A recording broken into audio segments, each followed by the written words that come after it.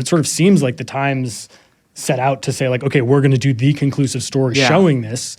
And, and they stuck this Pulitzer Prize winner on it who, talking to a lot of people, like I talked to probably 20 people, who have had touched this person's reporting or interacted with this person. And you can go back and read his memoir, Love Africa, to get a sense of... Crazily enough, the same name as my fucking memoir, which is just really aggravating. Yeah, but...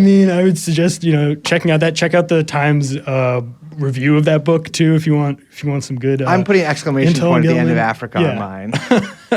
But yours is the United States of Africa, so it's a little different. But I honestly think putting him on that story is really fascinating, given the fact that okay, he won this Pulitzer, but also if you were a critical editor or reporter, looking at this guy and looking at his track record and, his reputation as honestly a shoddy reporter, and you're like, okay, we're gonna bet it all on him doing the definitive article on this extremely sensitive, it's not just Israel and Palestine. You're also talking about sexual violence, two very sensitive, maybe the two most sensitive topics you could possibly combine.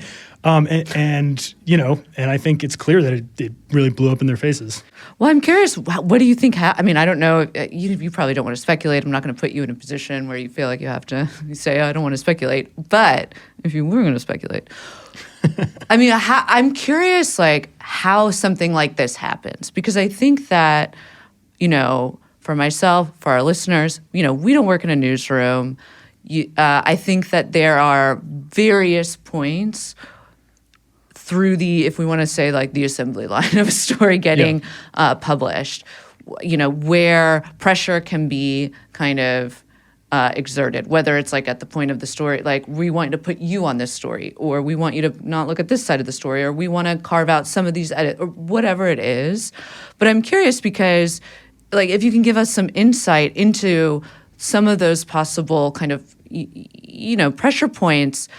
You've been covering for The Intercept since October 7th at slew of stories at different publications, whether it's at Art Forum or CNN or Axel Springer. Axel Springer, which is still a crazy ass fucking name for a publication. There's the hint of the Heil behind it. They do things a little bit differently in Germany, but all of these different kind of internal and external pressures that various publishers are feeling or exerting on this specific topic and journalism covering Israel and Palestine. I'm wondering if you can give us a little bit of an insight on some of this internal machinations here. To get at it, I might talk a little bit about this sort of second half of the New York Times article, which was about the sort of long history of this pro-Israel watchdog group, Camera, which basically just has this mass membership. They claim 65,000, more than 65,000,